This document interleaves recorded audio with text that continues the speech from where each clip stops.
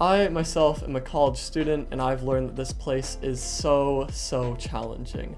Not only do you have classes, but you also have extracurriculars and homework and work and a social life, and most time consuming of all, studying.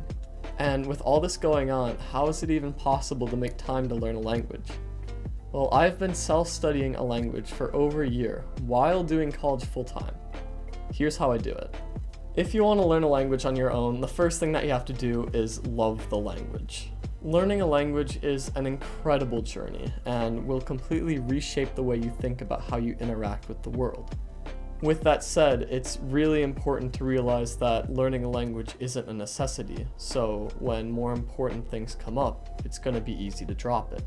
At first, college seems really easy, and then the semester starts to ramp up, and suddenly you're struggling for air.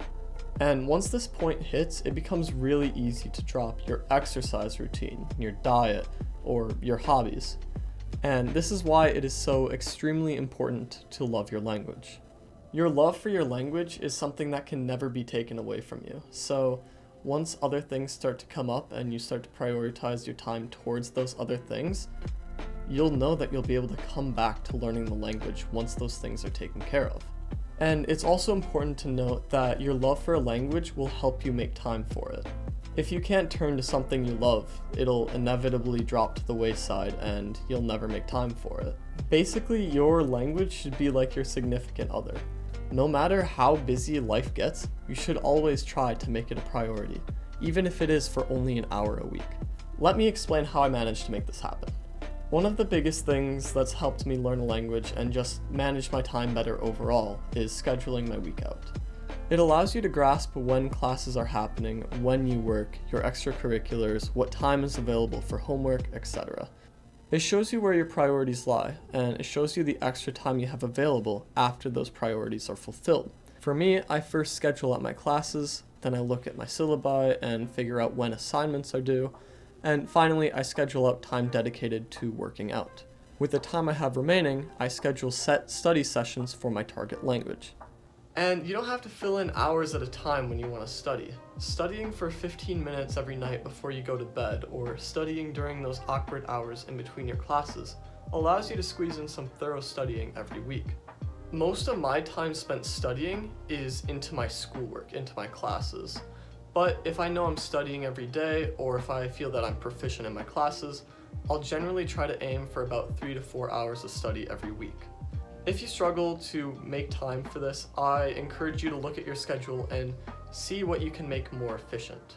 For example, if you study and then go home to eat and then come back on campus to study some more, I recommend packing a dinner or a lunch, and then that way you can just eat there and then use the extra 20 minutes to study a language that you would have done commuting. This isn't the only option, however. Not only can you make your current schedule more efficient, but you can also incorporate learning a language into your current schedule. Something that has worked really well for me is incorporating it into my dinner time routine. So what I do before I make dinner, I boot up my speaker, I start blasting music in my target language. I make my food, turn my speaker off, and while I eat, I watch a show in my target language. After I'm done, I wash my dishes, and my music is back at 80 decibels. Okay, we're done. Even though I'm not rigorously studying the language and giving it my full attention, I still can be immersed in it, and it doesn't take away from my busy schedule. I know a lot of people just stay at home and drive to campus every day. This provides an enormous opportunity to listen to music or podcasts for about 20 to 60 minutes for 5 days out of the week. This adds up to at least 200 hours over the course of 4 years, which is incredibly efficient because you're not wasting any time. You're just utilizing time you didn't know you had. If you speak English natively, it'll take you about 600 hours to learn a Latin language, and by learn I mean become proficient at it. And in an oversimplified sense, if you use the tactic I just talked about, you're already a third of the way to becoming proficient in a Latin language, which is incredible because, again, you wasted no time.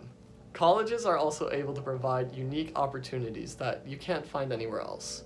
At my college, we have a language learning tutor program where volunteers work with you for 1 to 2 hours a week to help you practice a language.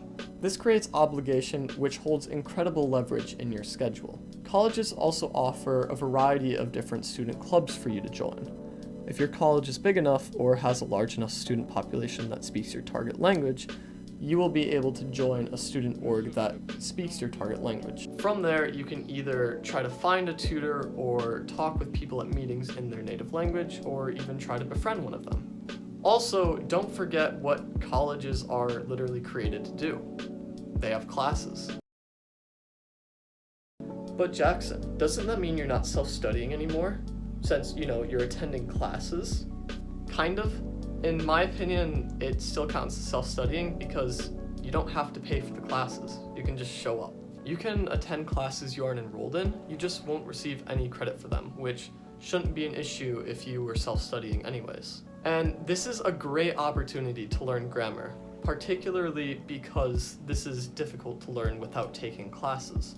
Sometimes the upper language classes are taught in your target language, which is a great opportunity to listen to people in person.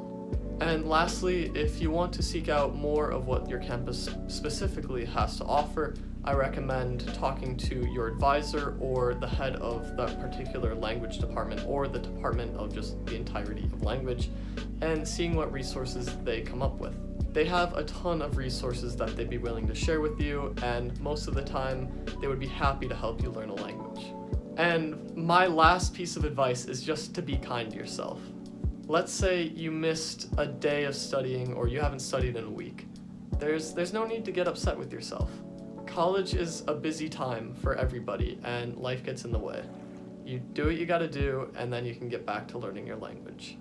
And don't get me wrong, languages are important, but there are other things that are also important in your life that you also need to focus on, like going out with friends, or studying, or working, or exercising, or sleeping. For the love of God, please sleep, people. Just take a breather, finish up those assignments, study for your exams, and you'll get back to learning a language in no time. So that's it for this video. I hope you guys got some value of what I had to say, and I also hope you enjoyed. Let me know in the comments any advice you people have for learning a language, especially those in college, and I just look forward to reading them. That's all from me. I'm here if you need me, and I hope you have a great day. Talk to you later. See ya.